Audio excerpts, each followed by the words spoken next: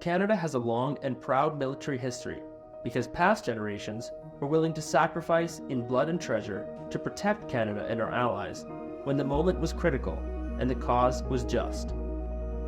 As we remember the sacrifices of previous generations, we should consider how their service allowed us to enjoy the freedoms we have today.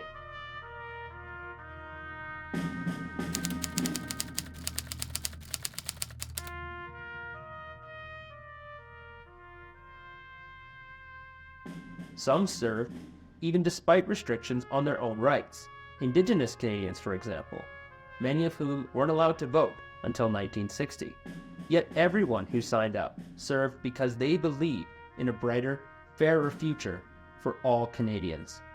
Let's consider the stories of a few of those who served. Ethelbert Christian, or Curley as he was known, moved back to Canada from the United States for a better life and to escape racism against Black Americans. He signed up to serve in the Canadian Army in 1915, demonstrating considerable gratitude to a country that had only recently taken him in. In 1917, Curley suffered life-altering injuries at the famous Battle of Vimy Ridge, losing large portions of both of his arms and both legs. But Curley came back to Canada, got married, and became a lifelong advocate for veterans' rights, helping build the country we know today. Curley's son Douglas would likewise go on to join the Royal Canadian Navy during the Second World War, where he fought shoulder to shoulder with Canadians of varying ethnicities, unlike in the US, where blacks were forced to fight in segregated units. Another example of a great Canadian is Brigadier Oliver Milton Martin. Martin was born on Six Nations Grand River Indian Reserve and had a long military career that spanned both world wars. Starting out as a bugler, he worked his way up to the rank of Brigadier General before retiring from the military in 1944. After the war, he was appointed a provincial magistrate in Ontario. Stanley Edwards joined the King's Own Calgary Regiment 2 days after his 18th birthday, training in Alberta and Great Britain before taking part in the 1942 raid on Dieppe. Stanley, like many of his comrades, was captured by the Germans and forced into brutal conditions for the next 3 years. As a prisoner of war, he tried escaping captivity twice, succeeding on his second attempt just weeks before the end of the war. Stanley returned home to Alberta in 1945, but two of his brothers, who also enlisted, did not. The sacrifices of the Edwards family back then helped create the Canada we enjoy today. Marjorie Stetson was born in Montreal in 1924.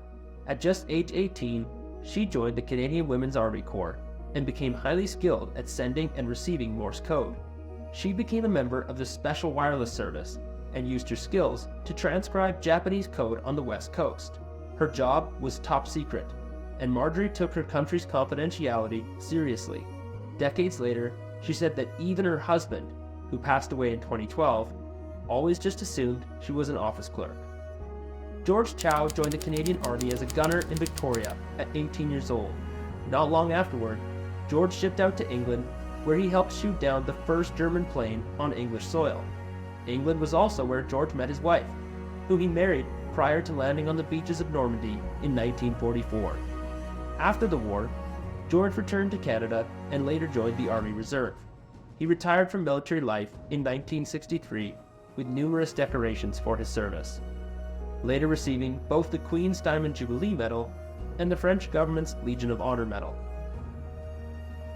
Maxi Llewellyn-Brett signed up as a nurse during the Second World War and spent 2 years in Italy tending to the wounded. "We were short nurses, so sometimes I worked 16 hours a day," she said in an interview with Veterans Affairs Canada. Maxine, recalling how terrible the war was, emphasized the importance of Remembrance Day to remind us of the tragedies of war. What do all these great Canadians from varying traditions and origins have in common? They believed in our country and our way of life. They had a common desire to raise a family in a peaceful and prosperous land, sharing values such as the equality of opportunity and freedom for all, values for which they were prepared to fight and die, to uphold and preserve for their children and their children's children. These incredible Canadians should serve as an inspiration for how we can better serve our country today. Their lives remind us to cherish the sacrifices of past generations. We should remember them because we owe them, lest we forget.